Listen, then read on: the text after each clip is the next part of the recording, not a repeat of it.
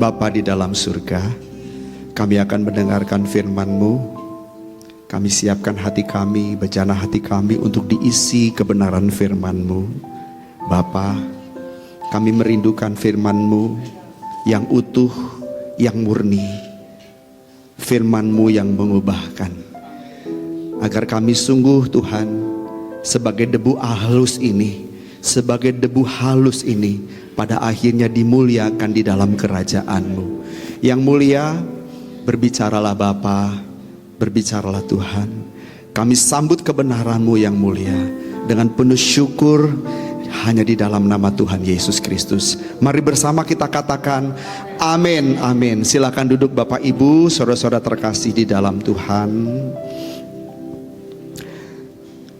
Sebagaimana pujian yang kita lantunkan baru saja, kita ini adalah debu halus Bapak Ibu. Debu halus. Debu halus yang sesungguhnya tidak berguna Bapak Ibu. Tetapi walaupun demikian, kita ini berharga di hadapan Bapa di surga. Dan Tuhan berkerinduan, bahkan Tuhan bukan hanya berkerinduan, merencanakan. Bukan hanya merencanakan, Tuhan sudah mengupayakan agar setiap kita pada waktunya nanti dipermuliakan oleh Bapa, tertanam di kerajaan Bapa di surga, tertanam di kerajaan yang rajanya adalah raja di atas segala raja, Tuhan Yesus Kristus. Tetapi Bapak Ibu, agar setiap kita dapat tertanam nanti di kerajaan Tuhan yang kekal itu, pastikan Bapak Ibu, pastikan bahwa sejak sekarang ini kita ada di gereja yang benar. Pastikan kita ada di gereja yang benar. Tentu Bapak Ibu harus tahu ciri-ciri gereja yang benar. Nah, salah satu ciri dari gereja yang benar yang sangat menonjol adalah, yang sangat kuat adalah, gereja yang benar adalah gereja yang mengajarkan kebenaran secara utuh. Gereja yang mengajarkan kebenaran secara utuh. Secara utuh, bulat. Tidak setengah, tidak setengah Bapak Ibu, setengah-setengah tidak. Tapi utuh, bulat, presisi.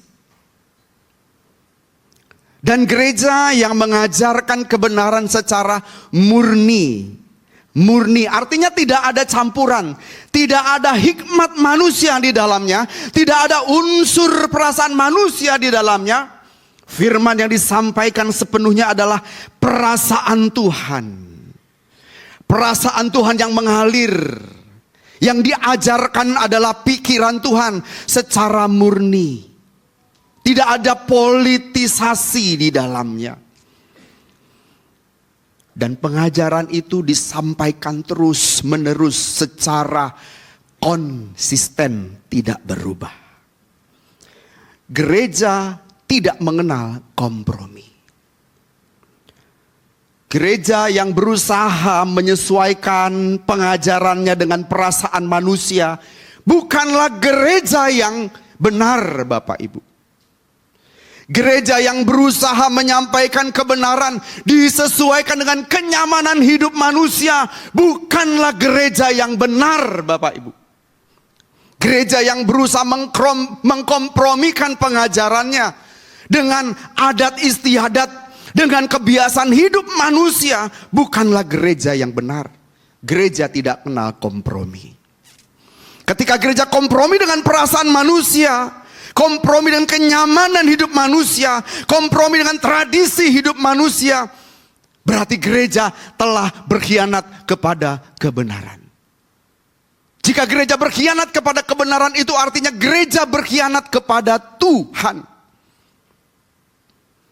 Kalau dia, gereja dalam hal ini telah berkhianat kepada Tuhan, berarti gereja itu bukan gereja yang benar.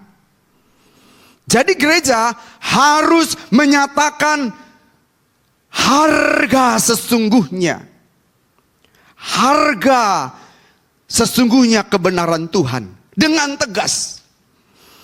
Dengan tidak mereduksi harga, mengurangi harga, mendiskon harga kebenaran itu. Mungkin ada banyak orang yang akan sakit hati, tidak nyaman dengan pemberitaan firman itu. Mungkin. Bisa saja. Tetapi biarlah nurani saudara berbicara. Nurani saudara akhirnya memutuskan, aku harus ada di mana? Gereja ini, gereja yang menyuarakan kebenaran atau tidak? Apakah aku pantas ada di sana atau tidak? Tentukan pilihan. Tentukan pilihan saudara. Sebab Bapak Ibu, kalau gereja tidak menyuarakan kebenaran yang utuh, kebenaran yang murni, kebenaran yang jujur, Bapak Ibu seperti seseorang yang bercermin di cermin yang pecah, yang retak. Kalau saudara setiap hari bercermin di cermin yang retak, maka pantulan cermin yang retak itu membuat saudara menganggap itulah wajah asli saudara. Itulah wajah asli saudara. Padahal sebenarnya tidak. Cermin yang retak. Saudara tiap hari lihat. Saudara tiap hari berada depan cermin. Karena setiap hari saudara melihat wajah saudara di depan cermin yang retak. Saudara akan percaya begitulah wajah saudara sesungguhnya. Padahal sebenarnya tidak. Wajah asli saudara tidak seperti pantulan cermin yang retak itu. Saudara pernah lihat boneka Caki? Pernah lihat boneka Caki? Wajahnya retak-retak. Bekas sayatan. Kalau saudara memandang cermin yang retak, saudara pikir wajah saudara seperti itu. Padahal tidak. Wajah saudara tidak seperti pantulan cermin yang retak itu. Wajah saudara mulus. Tapi akhirnya saudara mempercayai cermin yang retak itu.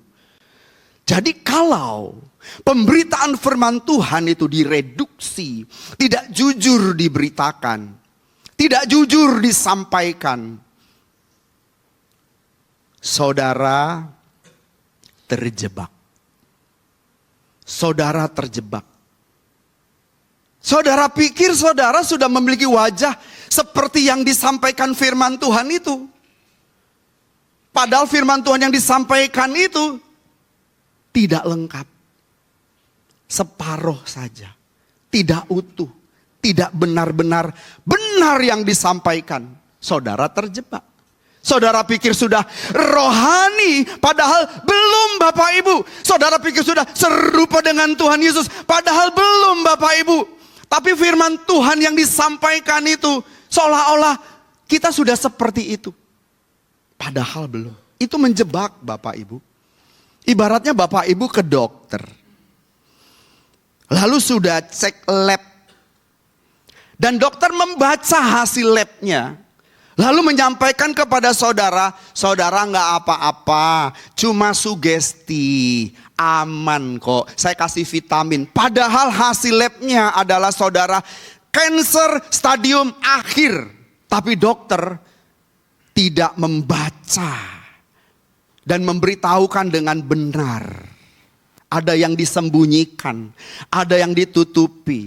Kalau kebenaran firman Tuhan itu tidak disampaikan secara gamblang, jujur apa adanya, ada yang ditutupi karena begini, saudara orang kaya. Persembahan di gereja ini gede. Aku harus hati-hati. Pendeta mesti hati-hati. Apalagi dia pernah bilang, Pak, kalau khotbah jangan begitu dong. Mestinya begini. Saya tersinggung Pak Pendeta. Nah Pak Pendetanya akhirnya kompromi.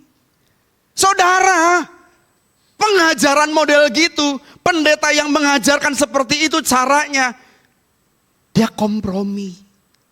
Jikalau kita kompromi, seolah-olah orang kaya itu sudah punya cermin yang baik, padahal tidak. Dia memandang cermin yang retak. Dia tidak tahu kualitas sesungguhnya. Dan pendeta tidak membuka kualitas sesungguhnya orang itu. Tidak membuka topeng yang sesungguhnya dari orang itu. Gereja salah Bapak Ibu.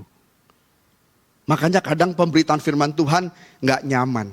Ada orang yang marah dan menolak kenyamanan. Menolak ketidaknyamanan yang diberitakan. Ngeri Bapak Ibu. Saudara sakit kanker. Tapi sebagai dokter tidak menunjukkan harga sesungguhnya, penyakit sesungguhnya. Saudara pulang dengan tenang, tetapi perlahan-lahan saudara membusuk. Dan mati dengan penyakit kanker. Nah hari ini, Bapak Ibu, banyak gereja tidak mengajarkan kebenaran yang utuh. Dan banyak pula orang Kristen hari ini yang tidak mencari kebenaran yang menyelamatkan. Tidak mencari kebenaran yang menyelamatkan. Melainkan mencari kebenaran versi pribadi. Makanya ada orang yang pindah sana pindah sini gerejanya. GKJD. Gereja Kristen jalan-jalan doang. Pakai doang Bapak Ibu. Kerjanya begitu. Tidak bertumbuh di satu tempat. Atau mungkin sedang mencari kebenaran. Kebenaran menurut versinya, bukan versinya Tuhan mungkin. Kalau orang percaya model seperti ini, tentu hidupnya tidak akan mengalami perubahan.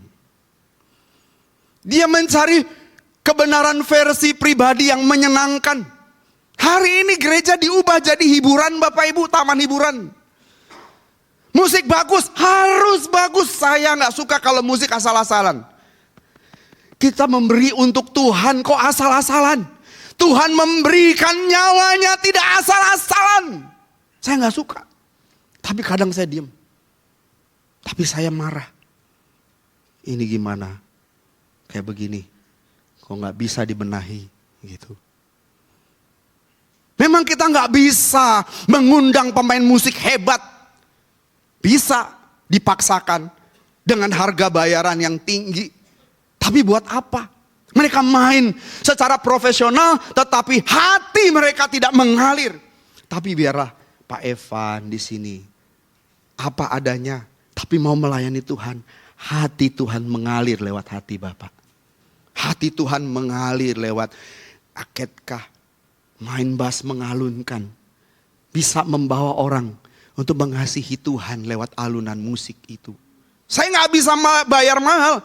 Tapi meskipun begitu, layani dengan sebaik-baiknya. Gereja diubah jadi hiburan. Saya gak gereja situ lagi Pak. Soalnya pendetanya gak lucu.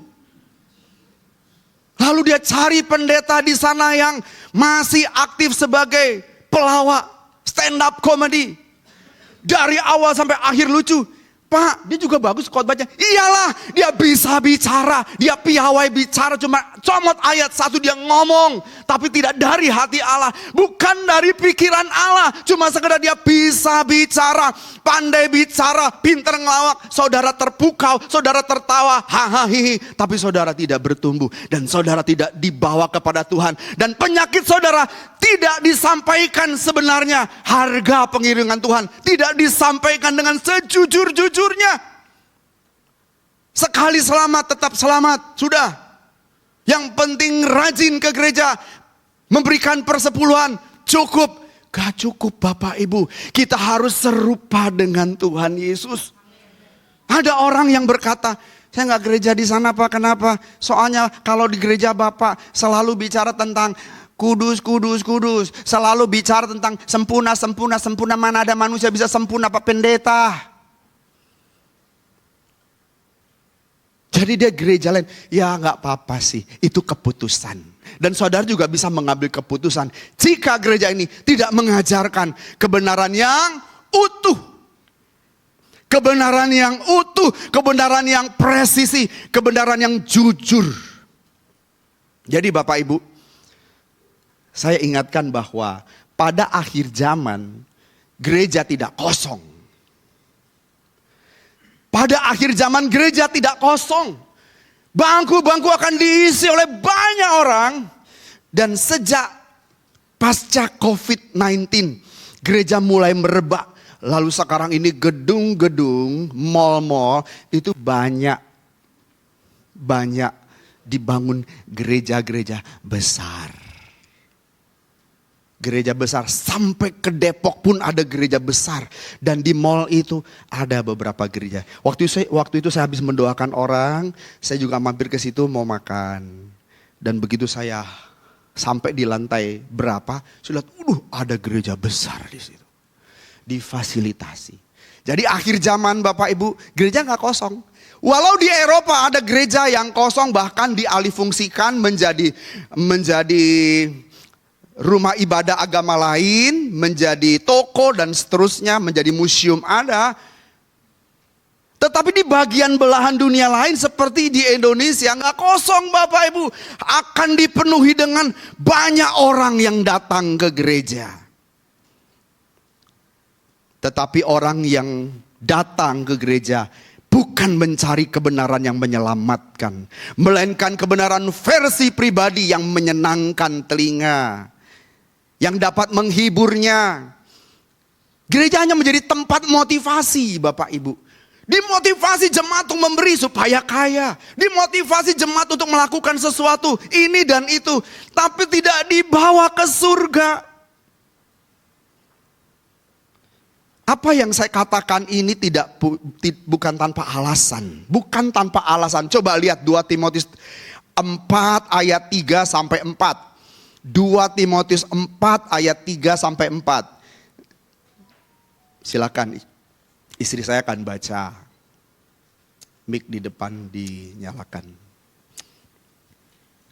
Karena akan datang waktunya, orang tidak dapat lagi menerima ajaran sehat. Lihat Bapak Ibu. Karena akan datang waktunya, kapan itu? Akhir zaman Bapak Ibu. Orang tidak dapat lagi mendengar ajaran yang sehat atau ajaran yang benar. Terus? Tetapi mereka akan mengumpulkan guru-guru menurut kehendaknya. Mengumpulkan guru-guru menurut kehendaknya. Kehendaknya di sini adalah yang tadi saya katakan, mereka bukan mencari kebenaran yang menyelamatkan, yaitu kebenaran menurut versi mereka yang menurut mereka nyaman.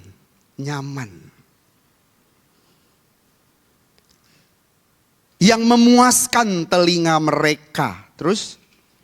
Mereka memalingkan telinganya dari kebenaran dan membukanya bagi dongeng. Memuaskan telinga. Saudara dengar saya bicara gini bisa kuping merah kan ya? Iya. Nggak enak dengernya. Iya. Tapi kalau yang menghibur, lucu. Saudara, yes terus. Padahal saudara tidak diperlihatkan cermin yang benar. Jadi saudara punya wajah, nggak tahu wajah aslinya seperti apa. Seolah-olah khotbah itu sudah mewakili wajah saudara. Seolah-olah kita sudah benar, padahal belum Bapak Ibu. Masih jauh, bahkan semakin jauh. Jadi inilah keadaan manusia akhir zaman yang tidak lagi tunduk kepada firman, tetapi menempatkan firman di bawah kehendaknya. Harusnya kita tunduk kepada firman, amin. Bukan firman tunduk kepada kita. Saya beberapa kali ditelepon, Pak kami undang khotbah ya Pak. Saya pernah khotbah lucu Bapak Ibu. Nggak sengaja ngelucu, tapi khotbah saya jadi lucu. Karena didengar lucu, selesai khotbah, Pak bisa nggak khotbah di kantor kami? Nah gitu Bapak Ibu. Tapi kalau saya khotbah model begini, nggak ada yang ngundang. Kenapa? Salah satu alasannya dia bilang gini, Bapak lucu. Nanti Bapak lucu-lucu juga ya Pak. Soalnya Pak gini, Senin sampai hari Jumat Pak, kita udah stres Pak kerja. Ada target lah, belum dimarah-marahin bos. Jadi Bapak mesti ngelucu, menghibur. Jadi yang namanya menghibur itu harus ngelucu. Tapi Pak Pendeta juga harus ada entertainnya. Ya adalah sedikit-sedikit entertain. Tapi kalau dari awal akhir entertain Pak. Nanti saudara ngecap saya, ngecap apa itu? Menilai saya sebagai pelawak Bapak Ibu. Pernah Bapak Ibu saya ngelawak dari awal sampai akhir. Ngelawak terus. Tapi ada orang tegur saya juga. Bapak kayak stand up comedy aja. Saya tertemplak Bapak. Iya ya, kenapa masih begitu ya? Pak Abu, saya bisa melawak dari awal sampai akhir juga bisa Pak, bisa. Saya setting, saya create bisa. Tapi saya mengkhianati kebenaran kalau saya tidak menyampaikan kebenaran itu secara lengkap. Memperlihatkan wajah kita sesungguhnya di hadapan Tuhan. Seperti ini loh, sudah jauh atau makin jauh dengan Yesus, wajah Yesus. Amin Bapak Ibu. Saya harus memperlihatkan wajah saudara yang sesungguhnya di hadapan Tuhan. Melalui apa? Kebenaran firman yang diuraikan sebagai cermin hidup kita. Jadi gereja akhir zaman itu tidak kosong. Setuju Bapak Ibu? Tidak kosong. Makin banyak, makin bertumbuh. Saudara pikir setan itu bodoh apa? Bikin orang gak ke gereja? Enggak Bapak Ibu. Setan akan menggunakan tipu dayanya, membuat orang banyak ke gereja, berbondong-bondong ke gereja. Jadi setan caranya tuh macam-macam. Ya lewat orang gereja, iya dipakai juga. Pendeta dipakai untuk menyesatkan. Dan tidak memberitahu harga sesungguhnya mengiring Tuhan. Saudara jadi jemaat yang nyaman-nyaman, enak-enak. Ujungnya Tuhan berkata, Wopuyen sini, aku tidak mengenal kamu. Jermannya, bahasa Jermannya bilang, Dakuboto, dakutadaho. Iya, begitu Pak Togap. Dakutadaho kata Tuhan. Itu bahasa Jermannya. Aku gak kenal kamu. Lebih baik sekarang saya sampaikan kondisi manusia batinia kita di hadapan Tuhan. Daripada nyeneng-nyenengin telinga jemaat yang akhirnya menuju kepada kebinasaan. Saya tidak memberitahu harga sesungguhnya. Tidak memberitahu wajah saudara sesungguhnya. Seperti apa. Termasuk wajahku. Aku khotbah Bapak Ibu bukan satu arah. Seperti pedang bermata dua. Saya khotbah buat saudara. Juga kebenaran itu menusuk saya. Saudara. Jadi jangan tertipu. Kebenaran yang disampaikan tidak jujur. Tidak utuh. Itu bisa menjebak saudara. Jadi lebih baik saya sampaikan sesungguhnya daripada jemaat Tuhan terjebak. Nanti saya disalahkan Tuhan. Kamu ngajar apa? Kamu ngajar apa? Bukan saja saudara tidak dikenal Tuhan, aku pun tidak dikenal Tuhan. Coba lihat Matius pasal 7 ayat 21 23 berkata, Tuhan, bukankah aku sudah mengusir setan demi namamu, mengadakan mujizat demi namamu, melakukan tanda-tanda heran demi namamu. Kan dia menunjukkan prestasinya di hadapan Tuhan. Kok Tuhan berkata aku gak kenal? Gimana sih? Kenapa? Bisa Tuhan gak kenal? Karena orang ini walaupun melayani Tuhan, dia tidak tahu wajah sesungguhnya di hadapan Tuhan. Kok bisa gak tahu? Karena memang dia tidak pernah membuka kebenaran firman Tuhan. Dan bercermin secara benar. Bagaimana kualitas manusia batiniahnya. Orang bisa mendoakan orang sakit sembuh. Bukan karena kuasa yang dimilikinya. Tetapi kuasa kesembuhan itu berasal dari Tuhan. Amin. Milik Tuhan bukan milik kita. Karuniakannya roh. Karunia roh itu milik Tuhan bukan milik kita. Jadi gereja tidak boleh mengganti kebenaran dengan versi sesuai selera jemaat. Jadi mohon maaf, I'm sorry. Di sini mungkin ketika saudara mendengar khotbah, telinga saudara memerah. Dan mungkin ada yang gak datang lagi. Tetapi kalau saudara datang kembali, saudara orang-orang yang dipersiapkan Tuhan, yang nanti ditanam di kerajaan Bapa Yahweh. Berikan tepuk tangan bagi Tuhan. Jadi kalau saudara masih mendengar dan bersedia mendengar kebenaran ini, saudara sedang diperlihatkan wajah asli saudara. Dan itu sangat menolong kita.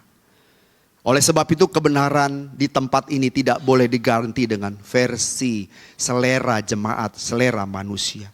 Jadi Bapak Ibu, pada akhir zaman saya katakan tadi, bangku-bangku gereja nggak kosong.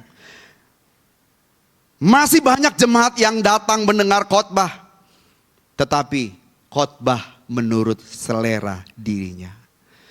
Khotbah yang membangun semangat diri, bukan membangun karakter Allah di dalam hidupnya. Sebab begini Pak, ada orang bicara begini, Pak Pendeta, Tuhan itu kan maha kasih Pak Pendeta. Dia mengertilah kalau aku ini masih mabuk Pak Pendeta. Pak Pendeta, Tuhan itu kan maha kasih Pak Pendeta. Dia mengertilah kalau aku masih suka minum cap tikus Pak Pendeta. Besok-besok cap cecurut dia minum. Pak Pendeta, Tuhan itu maha kasih Pak. Ya kita main judi-judi kecil-kecilan gak apa-apa Pak Pendeta. Tuhan ngerti Pak betapa susahnya hidup benar Pak Pendeta. Tuhan paham banget Pak Pendeta. Kalau saya tidak berbicara sesuai dengan kebenaran firman Tuhan, mungkin saya akan berkata, ya gak apa-apa, Tuhan sayang Bapak. Ya, teruslah Pak, terus. Sayang berarti gak sayang saudara. Saya harus ingatkan, saudara bisa tidak dikenal Tuhan. Karena perilaku kita yang tidak berkenan di hadapan Tuhan. Tidak sesuai dengan firman-Nya. Ada orang berkata, Pak Pendeta, khotbahnya gak punya kasih, marah-marah. Saudara dengar saya khotbahnya marah-marah bukan saudara? Marah-marah atau semangat? Semangat Bapak Ibu, semangat ya. Semangat membawa saudara kepada kebenaran yang murni dan paling tepat. Saya gak boleh membohongi saudara. Seolah-olah udah pasti masuk surga, tenang-tenang masih masuk surga. Tidak saudara, ternyata enggak. Ada orang berkata jangan menghakimi Pak Pendeta, Tuhan kan mengampuni. Ada. Sementara saya khotbah pernah ada bilang, Pak Pendeta jangan menghakimi, Tuhan aja gak menghakimi. Sebenarnya yang salah saya pedih ya. Saya gak menghakimi saudara. Sejujurnya saya tidak tahu secara lengkap apa yang saudara lakukan di sepanjang hari-hari hidup saudara. Gak tahu. Apa yang saudara buka dengan gadget saudara, saya gak tahu. Tapi saya harus menyampaikan. Yuk kita lihat, koreksi diri bagaimana wajah kita sesungguhnya. Kalau kita bercermin kepada kebenaran Tuhan. Saya sayang saudara, makanya saya ngomong begini. Ya Pak Pendeta jangan menghakimi, Tuhan saja tidak, Tuhan mengampuni. Padahal Alkitab kan penuh dengan ajaran kasih. Nah Pak Pendeta ngajarnya gak punya kasih tuh, nuding-nuding orang. Salah gak saya Bapak Ibu? Saya gak nuding saudara. Saya gak tahu apa yang saudara lakukan. Yang korupsi di sini angkat tangan. Baru tahu. Yang punya pasangan lain angkat tangan saudara. Mau bapak-bapak, ibu-ibu? Bapak-bapak, ibu-ibu, semua yang ada di sini. Coba jujur. Yang masih korupsi. Yang masih minum minuman keras mabuk, ayo angkat tangan. Saya kan gak nuduh saudara. Saya membuka apa adanya kebenaran. Di mana pada akhir zaman orang akan mencari guru-guru yang menyenangkan telinga. Tapi di sini diingatkan. Jangan sampai binasa oleh kelakuan saudara yang tidak mau diubahkan Tuhan. Jadi kebenaran yang tidak utuh itu jebakan. Justru saya berusaha supaya saudara tidak terjebak. Pengajaran yang membuat saudara terlena. Ayo Bapak Ibu, mari kita memberikan persembahan bagi Tuhan. Persembahan yang unlimited. Persembahan yang gak biasa. Kalau biasa 10.000, sekarang 1 juta. Tuhan ganti 1 miliar. Kalau saya khotbahnya begitu saudara happy, saudara termotivasi menjadi semangat supaya dapat 1 miliar. Saya menyesatkan saudara. Tapi saya ingatkan saudara juga, Bapak Ibu, harus mengambil bagian dalam pekerjaan Tuhan. Gereja ini, operasional gereja ini juga ada di tangan, di pundak Bapak Ibu. Bukan 1-2 orang. Tangan kita semua. Yuk kita kerjasama. Supaya kebenaran ini terus disampaikan. Kebenaran yang utuh, yang murni terus disampaikan di tempat ini. Kalau enggak berhenti. Gereja ini berhenti, banyak di luar sana. Saudara perhatikan, banyak orang Kristen yang nyaman-nyaman di gerejanya. Cuma ngikutin sakramen doang. Tapi enggak ada kebenaran yang mengubahkan. Kebenaran yang menuntut. Kebenaran yang merubah kelakuan. Enggak ada. Yang penting cukup datang, duduk manis, ikutin semua sakramen. Ikutin semua liturgi. Mati, masuk surga. Nama saudara tercatat di gereja, maka nama saudara juga tercatat di buku kehidupan. Itu penipuan Bapak Ibu. Penipuan Bapak Ibu. Coba dengan nurani saja. Banyak gereja yang pada akhirnya karena gak enak dengan warga jemaatnya. Terdiri dari gereja, dari suku tertentu. Maka gereja pun akhirnya mengadopsi semua tradisi-tradisi yang tidak berkenan di hadapan Tuhan. Gerejanya rame. Mereka tidak membuka kebenaran yang sesungguhnya. Apakah terang dan gelap bisa bersatu? Gak bisa kompromi Bapak Ibu. Minyak dengan air bisa bersatu. Gelap dan terang gak bisa bersatu. Tapi banyak gereja yang melakukan sinkritisme dengan tradisi manusia.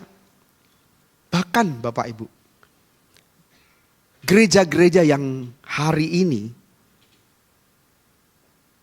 jika ada di daerah tertentu, di negara tertentu, kalau kita bicara tentang LGBT, gereja yang salah Bapak Ibu.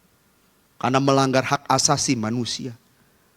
Nggak bisa direduksi kebenaran itu Bapak Ibu. Nggak bisa. Nggak bisa, mohon maaf ya Bapak Ibu, nggak bisa. Kalau gitu pendeta masuk penjara. Kalau harus masuk penjara karena itu, kita nggak bisa berbuat apa-apa. Kebenaran harus ditegakkan. Nggak bisa Bapak Ibu.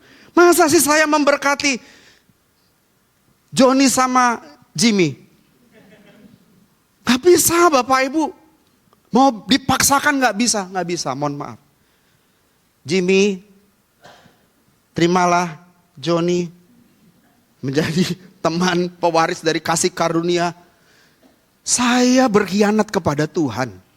Gak bisa Bapak Ibu. Tapi di negara tertentu wajib. Berarti kita melanggar hak asasi. Jika tidak memberkati. Di sini masih belum terasa Bapak Ibu. Ada pendeta yang bicara tentang LGBT disomasi Bapak Ibu. Kalau di Indonesia masih aman hari. Masih aman. Tapi nggak tahu nanti ke depan. Karena LGBT kan bertambah banyak ya. Pernah lihat pendeta yang jemaatnya LGBT? Yang pendetanya melambai. Pakai itu, ya kan? Dia ngomongnya, saya pakai lipstik. Pernah lihat? Demi kenyamanan jemaatnya pendetanya juga mesti begitu. Kan ngeri hari ini ya. Gak boleh begitu. Gak bisa, gak ada di sini. Jadi mereka berhenti mendengar khotbah. Jemaatnya banyak kan LGBT. Pertanyaan saya, apakah mereka berhenti mendengar khotbah? Apakah mereka berhenti membaca Alkitab? Mereka tidak berhenti mendengar khotbah, tidak berhenti membaca Alkitab.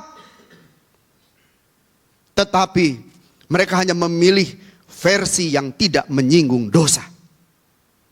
Dan itu mengerikan Bapak Ibu. Mengerikan. Kita harus makin hari makin saleh, makin kudus. Jadi kalau gereja kita ini bicara tentang kekudusan Bapak Ibu, kita itu dianggap gereja yang fanatik. Benar gak Bapak Ibu? Kita tuh GSKI udah dicap gereja yang fanatik Bapak Ibu. Alasannya Tuhan tuh kasih.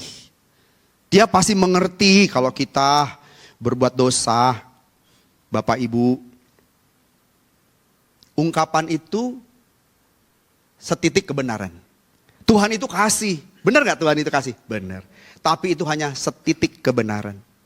Saudara harus melihat Tuhan dalam konteks yang benar. Tuhan memiliki dua versi karakter. Coba baca dalam Roma 11 ayat 22. Nah ini dua versi karakter Tuhan. Sebab itu perhatikanlah kemurahan Allah dan juga kekerasannya, yaitu kekerasan atas orang-orang yang telah jatuh, tetapi atas kamu kemurahannya, yaitu jika kamu tetap dalam kemurahannya, jika tidak, kamu pun akan dipotong. Perhatikan Bapak Ibu, dua karakter Allah. Yang pertama kemurahan dan kekerasan. Dua sisi karakter Allah. Allah itu kasih, amin. Tapi Allah juga Allah yang keras. Amin saudara. Allah yang berkemurahan bicara kasih. Itu dari sisi kasih Allah. Tetapi Allah yang keras itu bicara ketegasan Tuhan. Perhatikan ayatnya. Yaitu keras terhadap orang-orang yang jatuh. Orang-orang yang meninggalkan kebenaran Tuhan. Orang-orang yang tidak melakukan kebenaran. Tapi bagi saudara, jika tetap hidup dalam kebenaran, tidak meninggalkan kebenaran, saudara, Tuhan itu berkemurahan. Tuhan itu mengasihi saudara. Kemurahan Tuhan, kasih Tuhan tetap ada pada saudara. Tetapi jika tidak, baca ayatnya, saudara akan aku pun akan dipotong jika aku tidak benar Bapak Ibu. Dipotong. Saya takut Bapak Ibu gak masuk surga, takut. Jadi tiap hari saya mengevaluasi diri saya. Tiap hari, walaupun pendeta, evaluasi. Jangan sampai Tuhan pada hari terakhir tidak mengenal aku. Dan aku dipotong Tuhan. Harusnya aku nanti ditanam di kerajaan Elohim Yahweh dalam kekekalan. Tetapi tidak, dipotong. Kenapa? Gak benar hidupku. Ngeri Bapak Ibu. Tuhan memang penuh kasih, tapi Tuhan itu juga adil dan kudus. Kasih tidak disertai kebenaran itu bukan kasih. Sekarang gini, istri saya dandan. Tiap hari kalau mau jalan kan dandan. Lalu lipstiknya sampai ke sini Bapak Ibu. Seperti Joker. Pasang. Pakai lipstiknya itu sampai ke sini. Terus dia tanya saya, gimana yang cantik? Terus saya bilang karena istri saya, katakan ya saya takut dengan istri saya, cantik mami. Lalu kita pergi, orang pasti memperhatikan istri saya. Itu pakai lipstik kelebihan 5 cm. Ke kiri dan ke kanan. Saya harus sampein yang sesungguhnya. Ma, lipstiknya kepanjangan. Masa sampai ke sini mah? Bikin yang baru. Harus begitu dong, setuju? Dulu pernah ada orang, jadi kan mau acara Natalan nih, itu para pengerja di satu tempat. Jadi dia pakai, itu matanya itu dikasih hitam-hitam. Apa itu namanya? Hitam-hitam di sini, dan ini naik begini. Naik begini. Eyeliner.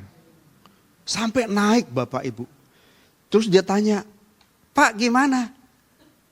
Coba, mau jawab yang jujur atau setengah jujur? Setengah jujur juga berarti gak benar juga. Sejujurnya ya, saya bilang. Jelek. Tapi terserah situ. Tapi kalau ditanya saya, gak bagus. Ini kan anak-anak singer pada saat itu. Sampai ke situ maksudnya mungkin mau seperti orang-orang Mesir gitu. Perempuan-perempuan Mesir. Malah gak jadi bagus. Matanya sudah bagus gak perlu dibikin-bikin yang aneh-aneh jadi rusak. Ya kan? Kalau menurut saya sih begitu. Saya bukan mantan balon, banci calon, bukan. Cuma saya tahu mana yang cantik, mana yang dandanannya kurang bagus. Nah itu saya katakan kurang bagus. Saya harus menyampaikan yang sejujurnya daripada enggak. Iya kan? Jadi saya gak bisa membiarkan orang binasa.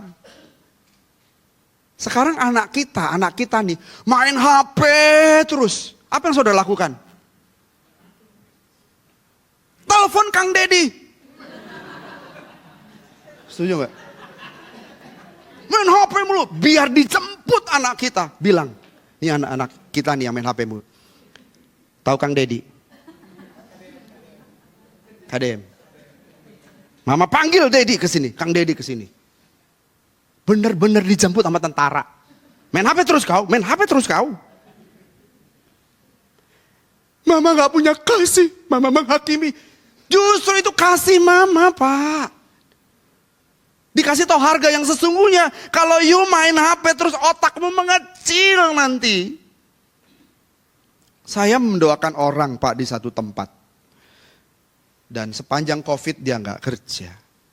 Hari-harinya hanya main game. Udah bapak-bapak ini. Terakhir dia lemes. Nggak inget orang, hampir nggak inget orang. Dicek, ternyata otaknya mengecil.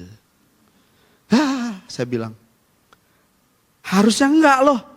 Itu perkara sederhana. Hati-hati Bapak Ibu, anak kita tolong. Maka saya bilang ke istri, ke abangnya, kalau anak yang paling kecil main HP, kasih tahu. Panggil Kang Dedi. Ini juga bapak-bapak yang ada di sini. Pemain musik, kalau main HP mulu, saya panggil Kang Dedi ke sini. Dijemput. Coba lihat Bapak Ibu, di dalam 2 Timotius 3 ayat 16. 2 Timotius 3 ayat 16 sampai 17. Segala tulisan yang diilhamkan Allah memang bermanfaat untuk mengajar, untuk menyatakan kesalahan, untuk memperbaiki kelakuan, dan untuk mendidik orang dalam kebenaran. Firman Tuhan itu bermanfaat, bukan hanya menghibur. Bukan hanya menghibur, tapi untuk apa? Mengajar Bapak Ibu. Dan memperbaiki kelakuan. Kalau kebenaran yang disampaikan hanya menghibur tanpa ada koreksi, itu bukan kebenaran, hanya separuh kebenaran. Saudara pikir itu kasih, itu bukan kasih. Kasih juga ada teguran. Amin. Teguran. Jadi kalau suami minum mabuk istrinya, gak apa-apa lah karena kasih. Biarlah dia minum mabuk Pak Pendeta. Itu kalau sudah nanti sakit gara-gara fungsi hatinya mengeras, serosis gara-gara alkohol. Gak apa-apa Pak Pendeta, biar cepat pulang dia ke surga Pak Pendeta. Saudara gak sayang sama suami, gak sayang. Mami, beli rokok dulu Mami. Beli 1 bos. Ini sayang, ku belikan. Habis gak 1 bos? Kurang lah 2 bos. Beliin 2 bos. Itu tanda cinta. Cepat mati suamimu. Gak begitu caranya. Istri juga gitu. Kalau makan gak berhenti-berhenti. Makin saudara beliin makanan kesukaan dia. Itu badannya makin gede Bapak Ibu. Kalau saudara sayang, cukup mah, cukup. Gak usah makan malam. Cukup mah, kita puasa seminggu. Hemat. Nah itu suami yang pelit kalau kayak gitu. Nggak gitu juga. Tapi kita mesti menyatakan kebenaran, menyatakan kesalahan untuk memperbaiki kelakuan. Amin. Dan mendidik orang dalam kebenaran. Yang benar tuh begini Pak, Ibu. Yang benar tuh begini. Coba lihat Yohanes 8 ayat 11. Apa yang Tuhan sampaikan kepada perempuan yang kedapatan berzina? Ini penting. Jawabnya, tidak ada Tuhan. Nah, jawabnya tidak ada Tuhan. Karena Tuhan bertanya, mana orang-orang itu yang tadi mau nimpuk kamu? Yang sudah menyiapkan batu untuk menghakimimu. Mana orang itu? Jawabnya, tidak ada Tuhan. Terus? Lalu kata Yesus, aku pun tidak akan menghukum engkau. Aku pun tidak akan menghukum engkau. Ini bicara apa? Bicara pengampunan. Bahwa Tuhan mengampuni perempuan ini. Apakah kalimatnya berhenti sampai di situ? Tidak, baca. Pergilah dan jangan berbuat dosa lagi. Pergilah Dan jangan berbuat dosa lagi mulai Dari sekarang. Dari sekarang. Jangan berbuat dosa lagi. Ini panggilan apa? Jangan berbuat dosa lagi mulai sekarang. Ini panggilan untuk bertobat. Tuhan tidak membenarkan dosa perempuan itu, tidak. Aku mengampuni, tapi jangan berbuat dosa lagi mulai sekarang. Jadi ketika Tuhan mengampuni, itu bukan berarti izin untuk melakukan hidup dalam pelanggaran. Bukan. Kalau Tuhan mengampuni itu bukan izin untuk saudara tetap di dalam dosa. Bukan. Nanti saudara terjebak. Makanya harus disampaikan berhenti berbuat dosa. Kebenaran yang tidak utuh memang terdengar nyaman di telinga. Nggak bikin telinga merah. Tetapi tidak menyelamatkan. Seperti pelampung empuk, tapi menenggelamkan saudara. Firman yang sejati bukan hanya menghibur dan memeluk saudara, tetapi juga menegur, mengoreksi, mengingatkan. Karena kebenaran tanpa pertobatan adalah penipuan rohani. So jangan tertipu Bapak Ibu. Di tempat ini saudara akan diberikan kebenaran yang murni, yang sejati, tanpa campuran, tidak dipolitisir. Mungkin perasaan saudara tidak nyaman, tetapi yang penting kebenaran harus disampaikan dengan jujur. Ketidaknyamanan saudara membuktikan Tuhan memanggil saudara untuk bertobat. Ketidaknyamanan hidup saudara ketika mendengar kebenaran, itu panggilan Tuhan. Itu kasih Tuhan. Tetapi jika kita menolaknya, saudara, Tuhan akan menghukum saudara. Dan satu hari kelak Tuhan berkata, aku tidak mengenalmu. Pastikan saudara, ketika mendengar kebenaran, menyimak. Lalu saudara merespon dengan benar. Amin. Lihat kebenaran itu, jujur murni atau tidak. Jika itu teguran, jika itu koreksi yang disampaikan jujur dari kebenaran, rubahlah cara hidup saudara. Seperti aku juga mengubah cara hidupku. Kita sama-sama belajar, sama-sama berubah. Tetap setia, Tuhan memberkati. Amin. Mari kita berdiri.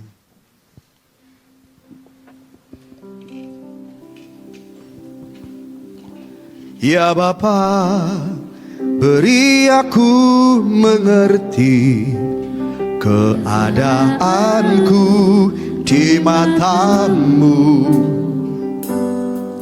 Masihkah ada dosa tersembunyi, kesalahan tak kusadari? Ya Bapa, ya Bapa, bukalah pengertianku agar ku kenali diriku. Masihkah ada percintaan dunia yang mengikat hatiku? Katakan, ya Bapa, beri aku mengerti. Ya Bapa, beri aku mengerti keadaanku di mata-Mu. Masihkah ada dosa tersembunyi, kesalahan tak kusadari? Katakan, ya Bapa, ya Bapa, bukalah pengertianku, biar masing-masing kita jujur di hadapan Tuhan. Masihkah ada percintaan dunia? Ada percintaan dunia yang mengikat hatiku. Katakan, aku bersedia Aku bersedia melepas semua, tak bercela dalam pandanganmu.